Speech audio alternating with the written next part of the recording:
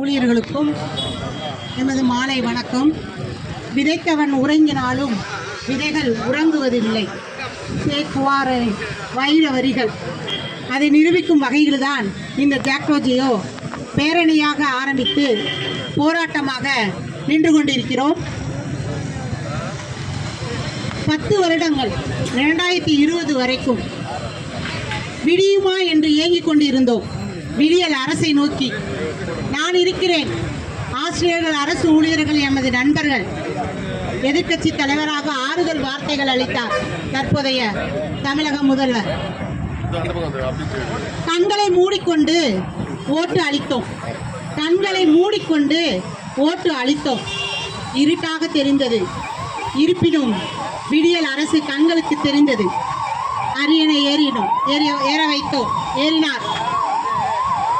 கண்களை திறந்து பார்த்தால் அப்பொழுதும் இருளாகத்தான் இருக்கிறது. அப்பொழுதுதான் தெரிந்தோம் விடியல் அரசு வந்தும் நாங்கள் இன்னும் விழிக்கவில்லை என்பதை. 2004 உள்ள தமிழக முதலமைச்சர் அம்மா ஜெயலலிதா அவர்கள் சொன்னாங்க, 10 லட்சம் அரசு ஊழியர்களால் எமது அரசை மாற்ற முடியாது. மாற்றி காண்பித்தோம் அல்லவா? 4 தமிழக முதலமைச்சரை சந்தித்து விட்டோம். 5வது அரசும் அடுத்து 2026 வரப்போகிறது. 4 தமிழக முதலமைச்சர்களும் பரிசு தரவில்லை.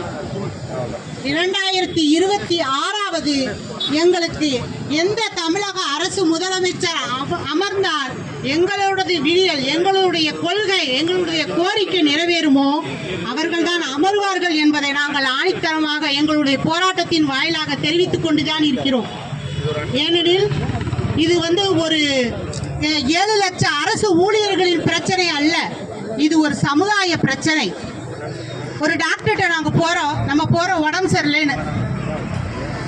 உடம்பு சரியா அவர் சரி பண்ணுவாருன்னு நினச்சி நம்பி நாங்க போகிறோம். ஆனால் போன பிறகு பார்த்தா கை கட்டாயிருது, கால் கட்டாயிருது, கண்ணு எடுத்துடுறாங்க, கிட்டு எடுத்துடுறாங்க, உயிரை தவிர எல்லாமே எடுத்துடுறாங்க. அப்போ எடுத்த பிறகுதான் தெரியுது நம்ம உயிர் மட்டும்தான் இருக்கு, நம்ம உடம்புல வேறு எதுவுமே இல்லை.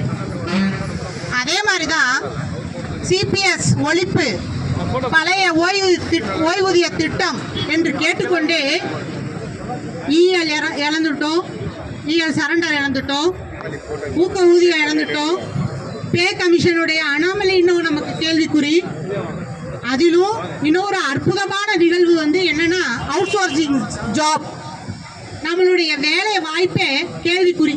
7 லட்சம் அரசு ஊழியர்களுடைய சிபிஎஸ் வாழ்க்கை ஆதாரம் என்று நாம் கேட்டால் 7 லட்சம் இருந்தாகத்தான் நீங்க திரளுவீங்க. 7 லட்சம் இருந்தா தானே நீங்க கேள்வி கேட்பீங்க. ரிட்டையர் ஆயிட்டீங்கன்னா அதுக்கு பதிலாக நான் அவுட் சோர்சிங் ஜாப் போட்டேன் நான் எல்லாத்துலேயும், அப்போ நீங்கள் கேள்வி கேட்க முடியாதுல்ல. அதனுடைய வெளிப்பாடு அவுட் சோர்சிங் ஜாப்ல குரூப் டி ஆஃபீஸர்ஸ்க்கு என்ன கொடுத்துருக்காங்க? அவுட் சோர்சிங் ஜாப் தான் இனிமே. அப்போ குரூப் டி ஆஃபீஸர்ஸ்க்கு தானே இன்னும் வந்திருக்கு, நமக்கு இன்னும் வரலையே அப்படின்னு பார்த்தா இன்னைக்கு பள்ளிகளில் உயர்நிலை பள்ளி, மேல்நிலை பள்ளி, எல்லா பள்ளிகளையும் எடுத்து பாருங்க. கவர்மெண்ட் சர்வீஸ் அரசு ஊழியர்களையும் எடுத்து பாருங்க. எல்லாமே அவுட் சோர்சிங் ஜாப்ல இருக்க கன்சாலிடேட் பேல தான் அப்பாயிண்ட் ஆயிட்டு இருக்காங்க. பாதியில போஸ்ட் வேக்கண்டாவே இருக்கு, ஃபில்அப் ஆகல. அந்த ஒரு 2 அரசு ஊழியர்களும் அரசு பள்ளி ஆசிரியர்கள் செய்யும் வேலையை ஒருத்தர் செய்யக்கூடிய நிலைமையில் இன்று நின்று கொண்டு இருக்கிறோம். ஆகவேயால் இது நினைக்கலாம், ஒவ்வொருத்தரும் இப்ப வள்ளிக்கு நினைக்கலாம், எல்லாருக்கும் இவங்க எப்போ பார்த்தாலும் கூட்டம் கூட்டி வீதியில நின்று ஸ்ட்ரைக் பண்ணிட்டே இருக்காங்க, இவங்களுக்கு என்னதான் வேணும், அரசாங்கம் ஹாப்பியா தான் வச்சிருக்கு. ஆனால் சமூகத்தில் உள்ள அனைவரும் தெரிந்து கொள்ளுங்கள், இந்த போராட்டமானது எமக்காக மட்டுமல்ல, உமக்காகத்தான். எங்களிடம் படிக்கும் ஏழை மாணவர்கள் 20% டிஎன்பிசியில் ஒதுக்கீடு, 7.5% உயர்கல்வியில் ஒதுக்கீடு என்ற பலனை அனுபவிக்க வேண்டும் என்றால் அதற்கான பிளாட்ஃபார்ம் இருந்தாதானே, அரசு பள்ளிகளும் அரசு அமைப்புகளும் இருந்தால்தானே நீங்கள் அனுபவிக்க முடியும். ஸோ அதுக்கான செயல்களில் தான் நாங்கள் தொடர் போராட்டம் நடத்தி கொண்டிருக்கின்றோம். இன்று இங்கு அரசு பள்ளியில் படிக்கும் மாணவர்கள் தான் நாளை அரசு பள்ளியிலும் ஆசிரியர்களாக இருக்க போகிறார்கள். நேற்று நான் அரசு பள்ளியில் படித்தேன், இன்று அரசு பள்ளி ஆசிரியராக இருக்கிறேன். ஆனால் நாளை இன்று அரசு பள்ளியில் படிக்கும் மாணவர்கள் நாளைக்கு அரசு பள்ளி ஆசிரியராகவோ அரசு அலுவலராக ஆக முடியுமா? அதற்கான வாய்ப்பு இருக்கிறதா என்பதை சிந்தித்து பாருங்கள்.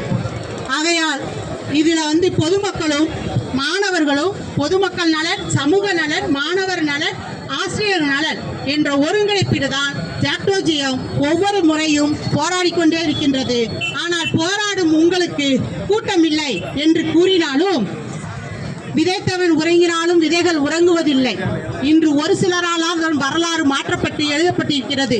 அந்த வரலாற்றை மாற்றக்கூடியவர்கள் நாங்கள் தான், இங்கு நிற்பவர்கள் தான் என்று கூறிக்கொண்டு அனைவரும் இது விழிப்புணர்வு உரையாக ஏற்றுக்கொண்டு இனி வரும் காலங்களில் போராட்ட நிகழ்வுகளை மிக தீவிரப்படுத்தி அனைவரும் ஒன்று திரட்டு போராடி நம் கோரிக்கையை வென்றெடுப்போம்.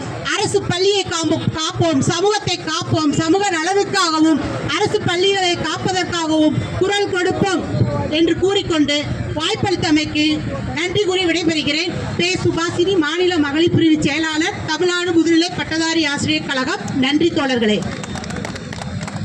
நன்றி தோழர். அடுத்ததாக